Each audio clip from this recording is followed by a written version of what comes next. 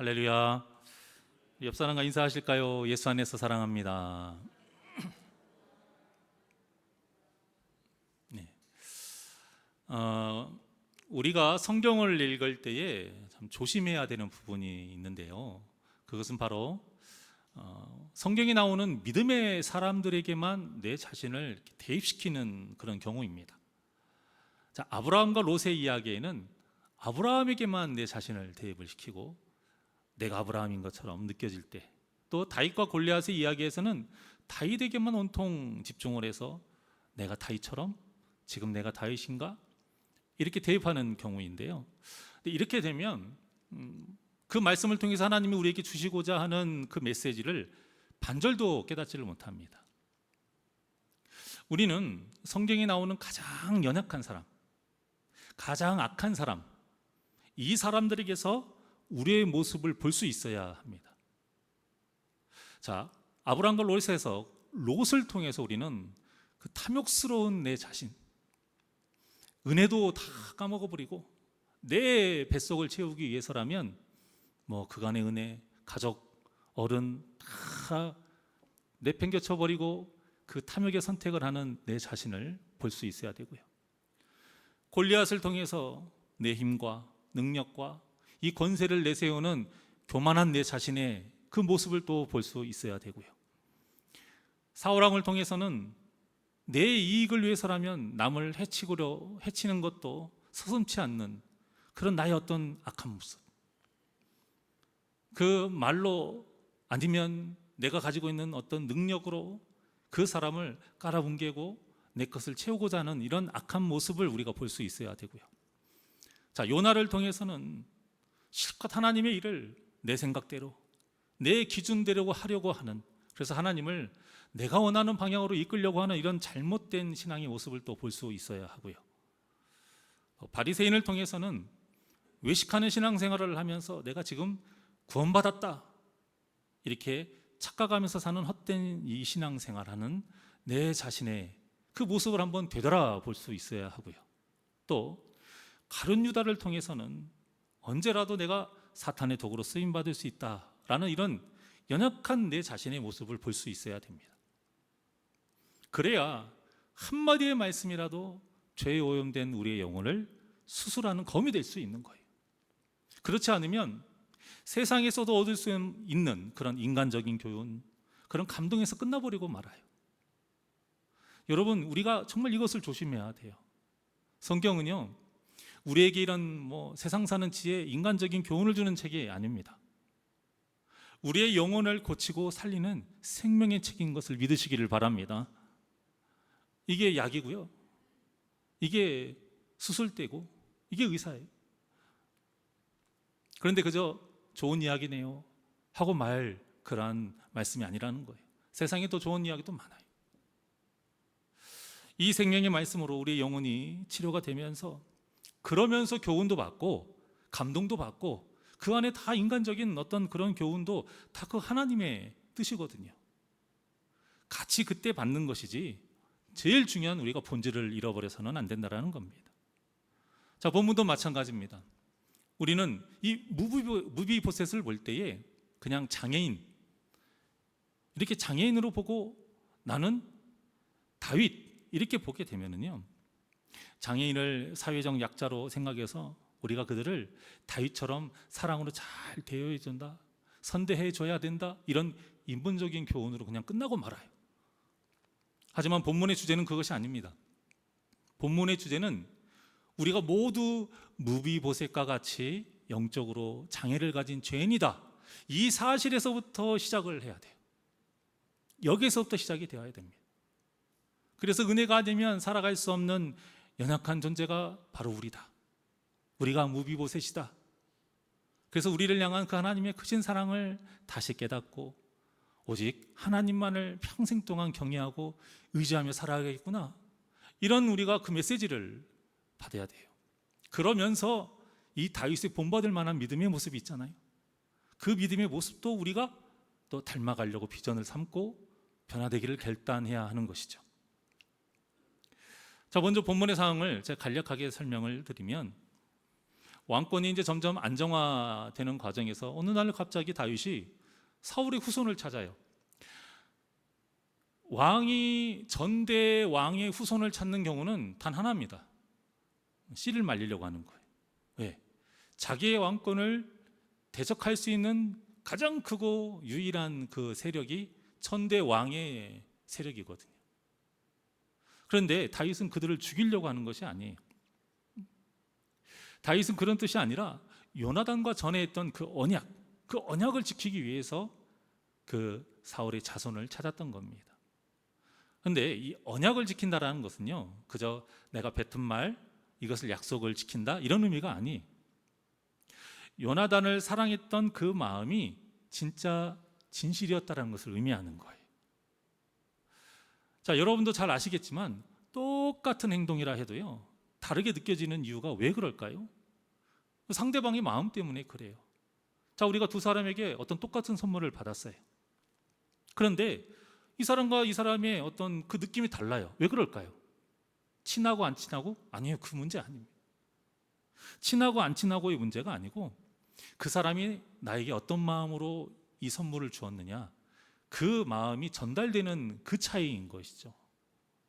그러니까 본문에서 다윗이 이 요나단과의 언약을 지키는 그 본질이 무엇이냐?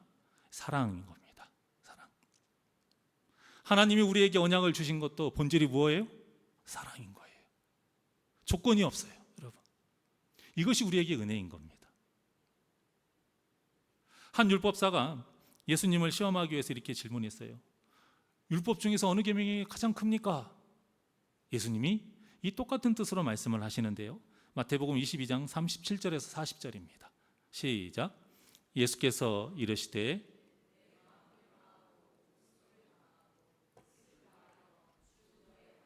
사랑하라 하셨으니 이것이 크고 첫째 되는 계명이요, 둘째도 그와 같으니 내 이웃을 내 자신같이 사랑하라 하셨으니 이 두 계명이 온 율법과 선지자의 강령이니라. 아멘.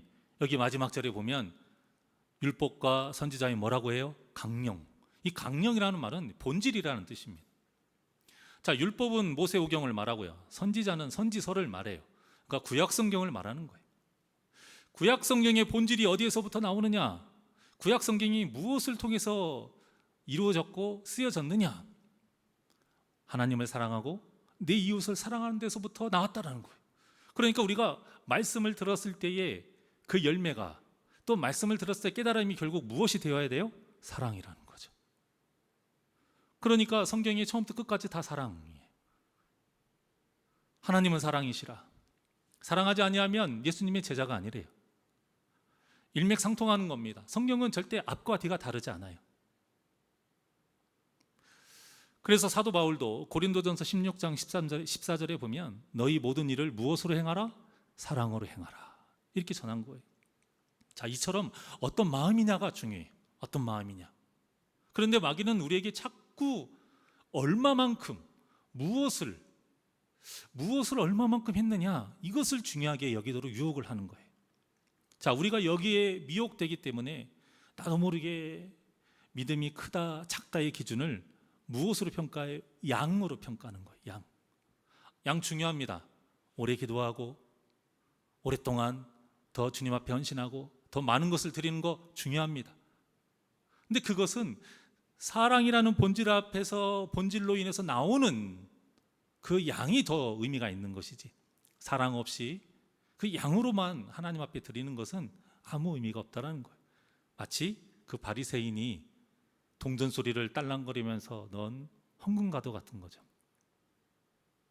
우리가 이렇게 사탄에게 미혹이 되게 되면 이 성도의 능력 중에서 없어지는 능력이 있는데 그것이 무엇이냐?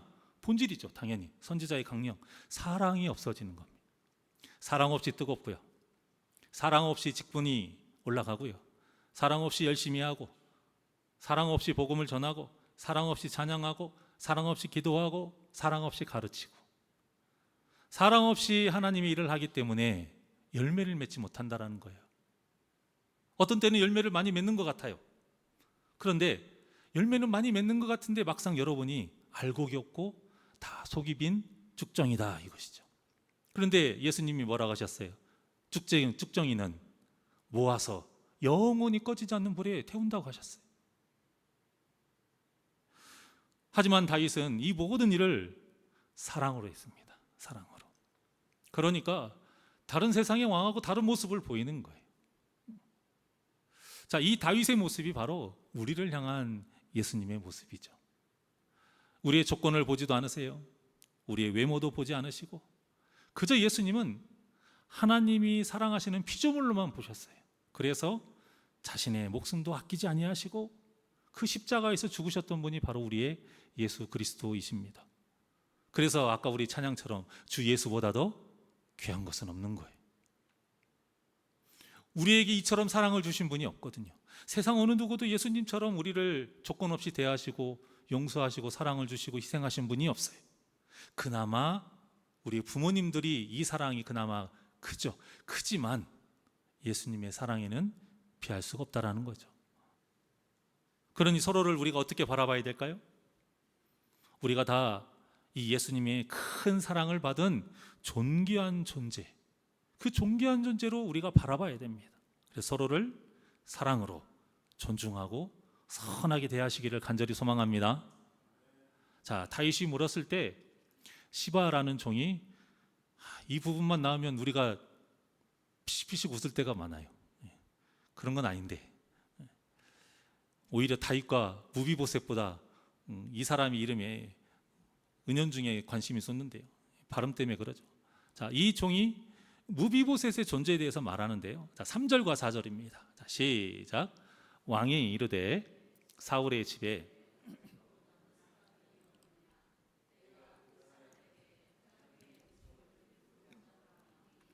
시바가 왕께 아뢰되 요나단의 아들 하나가 있는데 다리 저는 자니이다 하니라. 자, 왕이 그에게 말하되 그가 어디 있느냐 하니 시바가 왕께 아뢰되 로드발 암미엘의 아들 마길의 집에 있나이다 하니라. 자, 여기에서 두 가지를 봐야 돼요. 시바가 다윗에게 고할 때에 무비보셋이라는 이름을 몰라서 안 한 게 아니에요. 근데 무비보셋이라는 이름을 안 하죠. 뭐라고만 해요? 다리 저는 자, 이렇게 말하면. 성경에서요, 이름이 나오냐 안 나오냐는 굉장히 큰 차이가 있습니다. 이름이 나오지 않는다라는 것은 대부분이 중요하지 않다, 좀 하찮게 여기지는 존재, 굉장히 어떤 열악한 환경, 뭐 이런 식의 그런 뜻들이 다 내포되어 있기 때문에 시바에게 이 무비보셋은 별 가치 없는 자인 거예요. 그래서 다윗에게 그런 뜻으로 말을 한 거예요. 자, 그런데 4절에 보니까 로드발이라는 지역에 살아요. 로드발이라는 지역은 굉장히 척박한 땅, 이스라엘 땅에서도 굉장히 척박한 땅이에요. 초목이 없고 굉장히 건조하고 살기 힘든 곳입니다. 자, 요나단의 아들이 단순히 다리만 저는 것이 아니라 살기 힘든 척박한 땅에서 희망 없이 고통스러운 삶을 살고 있다라는 뜻이 지금 3절과 4절에 그대로 지금 설명해 주고 있는 거예요. 자, 이 무비보셋이 지금 처한 이 처지와 환경이 무엇이냐? 바로 우리가 예수님 만나기 전의 모습이에요. 그리고 예수님을 모르는 이 세상 사람들의 지금의 모습이에요. 겉으로 사지만 멀쩡하지 우리의 영적인 상태는 지금 죄로 인해서 절대 구원받지 못할 큰 장애를 가지고 예수님 만나기 전에요, 그 죄로 만연한 세상에서 구원의 희망 없이 그저 지옥으로 향하며 살고 있었던 사람이 우리였다라는 거예요. 그리고 지금 세상 사람들이라는 거예요. 자, 이런 우리를 아무런 조건 없이 구원해 주신 분, 부르셨던 분, 피를 싹 쏟으셨던 분이 예수 그리스도이십니다. 여기에서 우리가 몸이 불편한 사람을 어떻게 대해야 되는지를 알 수 있는 거예요. 그저 장애를 가진 사람에게는 잘해야 한다, 이런 건요 가르침도 아니고 교훈도 아니에요. 예의거든요. 이 기본 예의예요. 굳이 성경에서 이런 걸 배울 필요도 없어요. 5살짜리 아이들도 알아요. 당연한 도리일 뿐이지 생명의 말씀을 통해서 얻을 깨달음이 아니에요. 우리는 그들의 장애를 보고 더욱 예수님의 복음이 필요한 자다, 이것을 깨달아야 되는 거예요. 그래서 그들을 구원의 길로 인내할 수 있도록 더 사랑하고 더 품어야 하는 존재가 바로 장애를 가진 사람들. 그래서 성경을 통해 우리가 더 깊이 깨달아야 하는 점입니다. 더 복음의 눈으로 봐야 봐요. 사랑의 눈으로 바라봐야 되는 사람, 예수님의 사랑으로. 왜냐? 나도 같은 장애를 가진 사람이었어요. 그런데 예수님으로 인해서 지금 구원의 은혜를 입어서 복되게 살고 있잖아요. 나와 같은 처지로 보는 거예요. 다른 사람이 아니에요, 여러분. 그래서 다윗은 무비보셋에게 구원의 은혜를 베풉니다. 그러자 그때에, 다윗이 그 구원의 은혜를 베푸는 그때에 성경에서 무비보셋이라는 이름이 처음으로 등장해요. 그러니까 이 시점이 굉장히 중요한 겁니다. 저는 이 구절에서 너무 은혜를 받았어요. 그렇지, 나는 이름 없는 그냥 영적인 장애를 가진 그냥 보잘것없는 사람, 그 척박한 세상 땅에서 살았던 아무것도 아닌 사람이었는데 예수님의 은혜로 내가 어느 날 갑자기 그리스도인이라 이름을 가지게 된 것입니다. 여러분, 그리스도인이라는 이름이 얼마나 가치 있는 이름인지 아십니까? 예수님의 보혈로 구원의 은혜를 입지 못하면 세상의 왕도, 어떤 권력자도 가질 수 없는 이름이 바로 그리스도인이라는 이름입니다. 그뿐만이 아니에요. 무비보셋은 사울의 모든 유산을 받게 되지요. 그리고 그것보다 더 좋은 것, 더 중요한 것, 왕의 상에서 같이 식사할 수 있는 자격을 얻게 돼요. 왕자하고 똑같은 자격인 거예요. 여러분, 이건 정말로 엄청난 특권이에요. 히브리 문화하고 우리 문화하고 좀 같은 것 중에 하나가 뭐냐면, 같이 밥을 먹는다는 게 무슨 뜻이에요? 가족이라는 뜻이에요. 그래서 우리가 식구라고 하잖아요. 같이 밥을 먹는 존재, 이 식구가 가족이잖아요. 그러니까 우리나라는 뭐 인사할 때 뭐라고 헤어지면서 인사해요? 언제 시간 나면 뭐 하자고? 네, 밥 먹자고. 이게 그냥 하는 말이 아니에요. 그런데 이 문화가, 히브리 문화가 더 강해요. 같이 밥을 먹는다, 가족이에요. 자, 그래서 예수님도 세리와 죄인들을 찾아가셨을 때에 그냥 만나기만 해도 돼요. 가르치시고 치료하기만 해도 돼요. 그런데 가셔서 무엇을 하셨어요? 식탁에 교제를 나눈 겁니다. 바리새인들이 예수님이 이 모습을 보고 놀란 거예요. 그냥 찾아간 것도 아니고, 왜 그들에게 밥 먹는 것은 굉장히 큰 의미가 있거든요.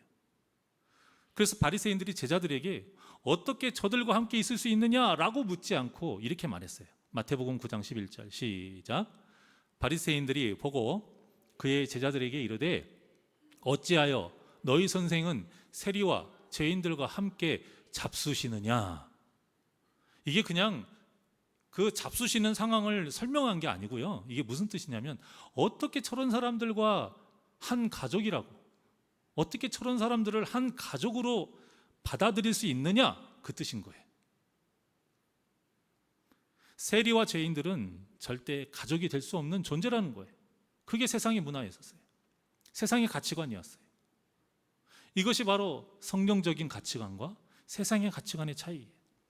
세상은 사람을 볼 때에 함께 할 수 있는 사람, 함께 하면 안 되는 사람, 이 두 부류로 나눠요. 그런데 그 안에 마음속에 그 나누는 기준이 뭐예요?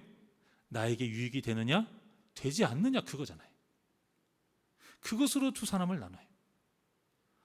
하지만 하나님의 마음은 모두가 다 천하보다 귀한 영혼, 사랑받아야 될 영혼, 구원시켜야 할 영혼, 인도해야 될 영혼, 다 그것으로 바라보신 거예요. 그리고 이 눈이 우리가 가져야 될 눈이기도 합니다. 그러니 서로를 바라보실 때 어떻게 바라봐야 될까요? 또 세상 사람들을 바라보실 때 어떻게 바라봐야 될까요?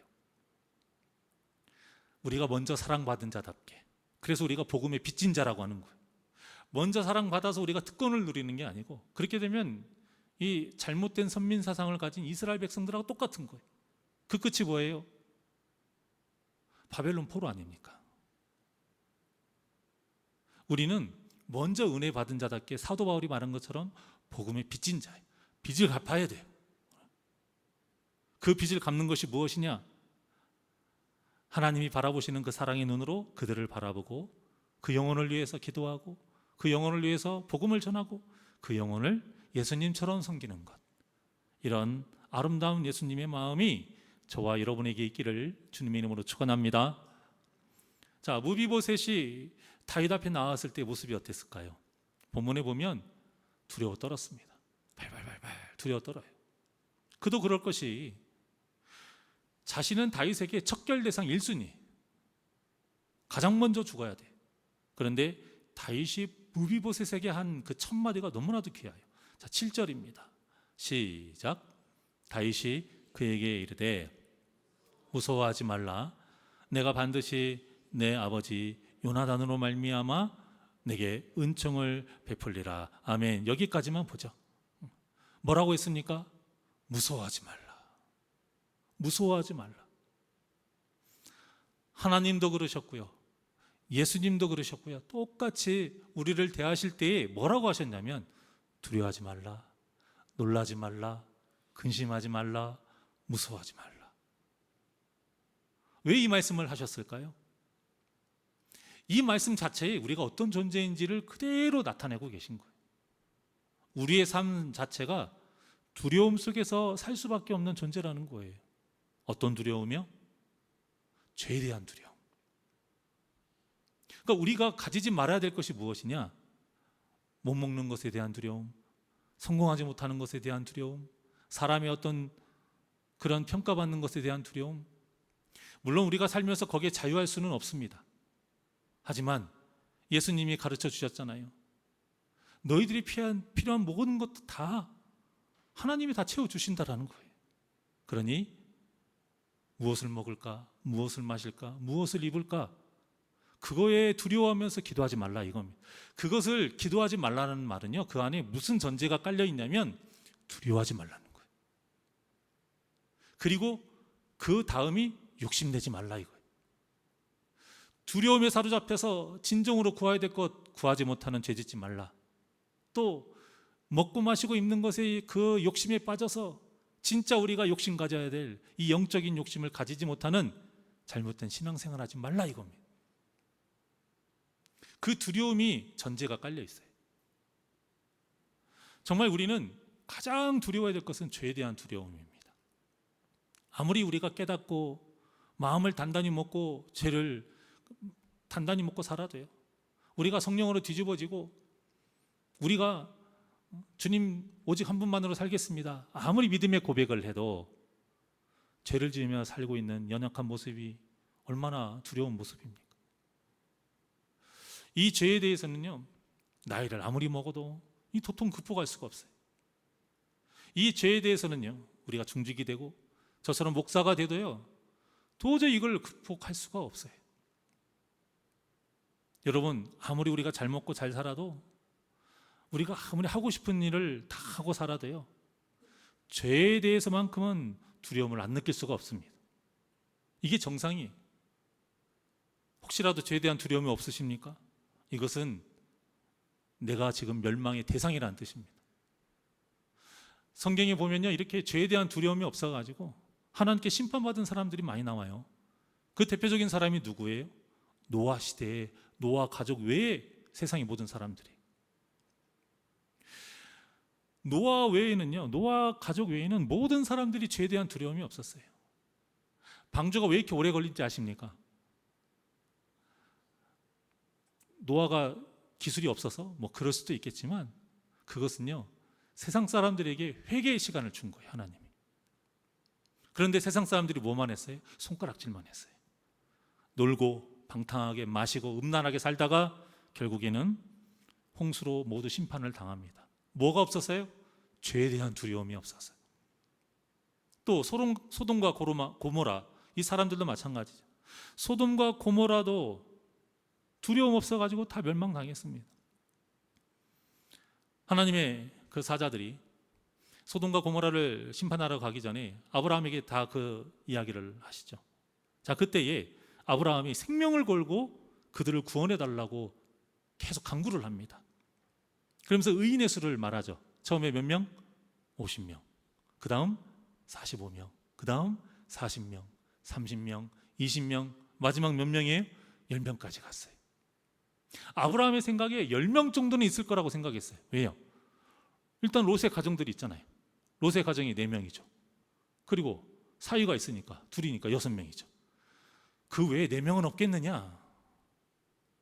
그런데 그 10명을 딱 간청을 한 거예요. 그래서 하나님도 그래, 의인 10명 있으면 내가 멸망시키지 않겠다 약속하셨어요. 하지만 결국에 어떻게 됐습니까? 불심판을 받았어요. 이 말은요, 의인이 9명 있었다, 4명 있었다, 3명 있었다, 아니에요. 단 한 명도 없었다라는 뜻입니다. 죄에 대한 두려움이 단 한 명도 없었다라는 거예요. 롯의 가정도 마찬가지예요. 롯의 아내가 어떻게 됐습니까? 미련을 버리지 못해서 뒤돌아보고 소금 기둥이 되었어요. 롯도 마찬가지예요.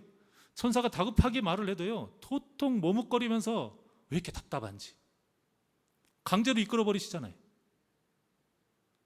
그리고 또 무엇보다 롯의 두 딸이 그 소돔과 고모라 속에서 살아갔던 세상적인 가치관을 버리지 못해가지고 아버지를 술을 먹여서 근친상간이 이루어지고 모압과 암몬이라는 죄의 열매가 맺어지는 안타까운 일이 생겨납니다. 의인이 한 명도 없었던 거예요. 왜요? 죄에 대한 두려움이 없으니까. 그런데 니느웨 사람들은 달랐습니다. 당시 니느웨 사람들은 멸망당하기에 정말 마땅한 사람들이었어요. 그래서 요나가 물론 도망가다가 다시 하나님께 붙들려서 깨달았긴 했지만 그 심판의 메시지를 대충 전했어요. 정말 대충 들릴락 말락. 그런데 그 메시지를 하나도 허투루 듣지 않고요, 왕으로부터 시작을 해가지고 왕부터 모든 백성 가축들까지 다 진정으로 회개를 합니다. 죄에 대한 두려움이 있었던 거예요. 그리고 그 결과가 어떻게 됐어요? 용서를 받고 구원받는 놀라운 역사가 일어난 겁니다. 이처럼 우리는 죄에 대한 두려움을 가져야 됩니다.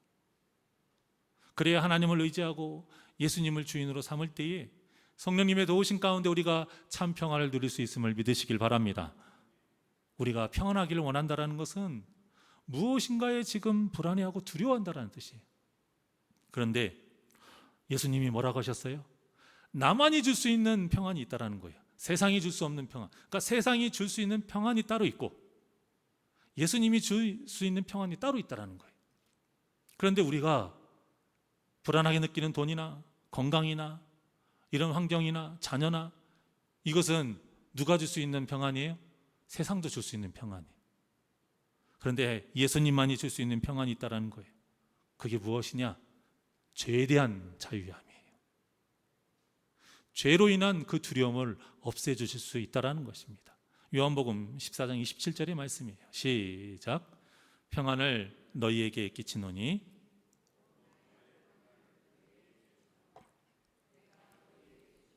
세상이 주는 것과 같이 아니하니라. 너희는 마음에 근심하지도 말고 두려워하지도 말라. 아멘. 세상이 주는 것과 같지 아니하니라. 이 얘기는 세상이 줄 수 있는 것을 나한테 구하지 말아라, 그겁니다. 나를 통해서 세상이 줄 수 있는 것 구하려고 하지 말아라, 그거예요.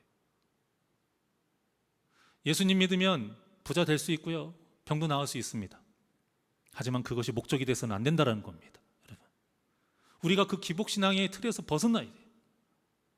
처음은 그럴 수 있어요. 시작은 그럴 수 있지만 우리의 믿음이 어린아이 신앙에서 장성한 믿음이 된다는 것은 그 기복신앙에서 일단 벗어난다는 것을 1차적으로 의미하는 거예요. 내가 예수님을 통해서 얻는 평안이 죄에 대한 두려움에서 얻는 해방되는 평안이다. 이것을 깨닫는 것이 장성한 믿음의 시작입니다. 이 말씀 안에 우리가 정확하게 세상이 주는 평안과 주님만이 주시는 평안을 바르게 아셔서요, 그러니까 우리가 어떤 인생을 살아야 되겠어요? 주님이 주시는 그 평안. 부하든 가난하든 건강하든 아니면 병에 있든 내 자녀가 잘 되든 잘 되지 않든 내 마음에 죄로 인한 이 근심과 두려움이 사라지는 이 참평안, 이 참평안을 누리는 이 복된 인생이 저와 여러분의 모두의 인생이 되기를 원합니다. 자, 13절의 말씀을 보시겠습니다. 시작. 무비보셋이 항상 왕의 상에서 먹으므로 예루살렘의 산이라 그는 두 발을 다 절더라. 아멘. 저는 이 말씀도 너무 은혜가 돼요. 사랑하는 여러분, 이 말씀을 꼭 기억하셨으면 좋겠습니다. 지금 우리의 상황을 그대로 표현하고 있는 말이에요. 우리가 하나님의 은혜로 왕의 상에서 먹는 하나님의 자녀가 되었어요. 그렇잖아요. 왕자하고 똑같이 됐으니까 왕의 아들이잖아요. 그 하나님의 자녀가 되었어요. 그런데 예루살렘이라는 교회에서 우리가 예배하고요, 또 이 땅에 예루살렘이라는 하나님 나라를 이루며 살아가고 있어요. 하지만 우리는 다 어떤 인생이에요? 두 발을 다 저는 인생이에요. 한 발도 아니에요. 두 발을 다 저는 인생. 이게 무슨 뜻입니까? 누군가의 도움이 없이는 온전히 살아갈 수 없는 인생이라는 겁니다. 여러분, 착각하지 마십시오. 내 믿음이 좀 자라나고 직분이 올라가고 제가 목사가 되고 한 명도 없는 교인수에서 100명이 되는 교인으로 청빙을 받고 그렇다고 해서 내가 두 발 걷는 멀쩡한 사람이 아니라는 것이에요. 여러분들의 자녀가 잘 되고 사랑하는 모든 인생들이 피고 기도하는 것들이 응답받는다고 해서 우리가 두 발 멀쩡히 걸어가고 있는 사람이 아니라는 것입니다. 우리는 하나님 앞에 다 어떤 자예요? 두 발을 다 저는 자일 뿐입니다. 하나님의 은혜가 아니면 살아갈 수 없는 자라는 거예요. 근데 사탄은 자꾸 우리를 꾀어요. 너 두 발 멀쩡하잖아. 왜 그렇게 힘들게 기고 있어? 뛰어. 네 다리로 네가 하고 싶은 대로 하고 네 다리로 네가 가고 싶은 대로 가. 여러분, 아니, 우리는 하나님이 베푸신 이 은혜의 상에서 벗어나면 죽는 거예요. 하나님을 만나는 예루살렘에서 벗어나면 안 되는 거예요. 겉으로는 멀쩡하겠지만 우리는 두 발 저는 자라는 것을 잊지 마시기를 바랍니다. 하나님의 은혜가 아니면 우리는 한시도 제대로 살 수 없는 인생이에요. 그러니까 우리가 이것을 같은 뜻으로 봤으면 좋겠어요. 저는 하나님의 은혜가 아니면 살 수 없는 존재예요. 무슨 뜻이에요? 나는 두 발을 저는 자입니다. 그러니 우리가 누구를 비방할 겁니까? 우리가 누구를 정죄하겠어요? 우리는 다 똑같이 두 발 저는 자인데 우리는 우리 자신의 약함을 바로 알아야 돼요. 그래야 그 사람을 쉽게 말로 상처 주지 않을 수 있고요, 쉽게 내가 너보다 나라고 말할 수 없는 것입니다. 우리는 다 똑같이 두 발 저는 사람이에요. 다 똑같이 죄에 연약하고 다 똑같이 그 죄의 두려움 속에 사는 존재예요. 우리 자신의 약함을 바로 아시고 겸손하게 하나님을 사랑하고 한 몸이를 그 성도를 사랑하는 것, 이게 우리의 삶이고요. 아까 우리 봉독한 것처럼 온 율법과 선지자의 무엇이다? 강령인 것입니다. 본질인 거예요. 우리 신앙생활의 본질인 겁니다. 이렇게 낮아지고 약해져야 하나님께서 우린 이런 연약한 우리를 강하게 사용하실 줄 믿으시길 바랍니다.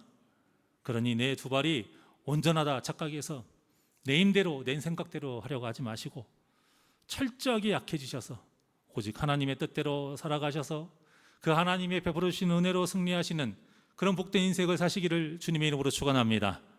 이런 승리의 역사로 우리 모두가 한 가족이 돼서 사랑이 넘치는 아름다운 새날교회를 이루어 가시기를 주님의 이름으로 간절히 축원합니다. 우리 이 시간 아무것도 두려워 말라 하나님께 찬양드리겠습니다.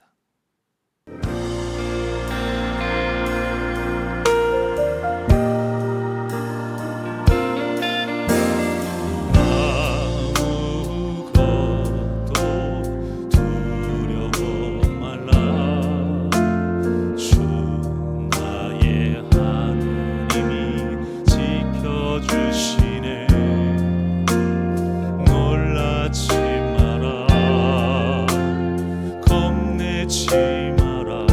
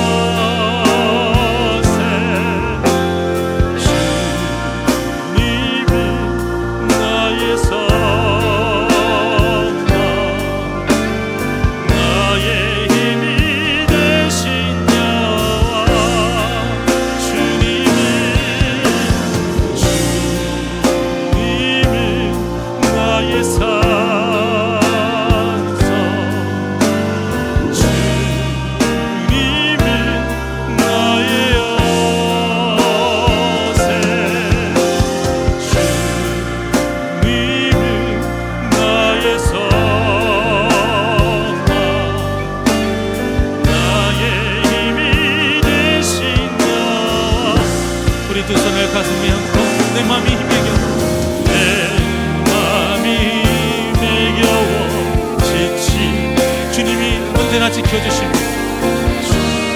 나를 지켜주시네. 세상의 험한 풍파 몰아칠 때도, 세상의 험한 풍파 몰아칠 때도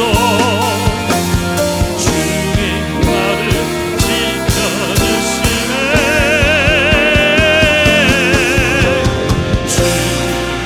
주님은 나의 산성, 주님은 나의 요새, 주님은 나의 성막, 나의 힘이 되신 여호와. 우리도 손을 높이 들고 고백합니다. 주님 나의 산성, 주님은 나의 산성, 주님은 나의 요새, 주님은 나의 성막, 나의 힘이 되신 여호와. 주님은 나의 산성, 주님은 나의 산성, 주님은 나의 요새, 주님은 나의 성막, 나의 힘이 되신 여호와.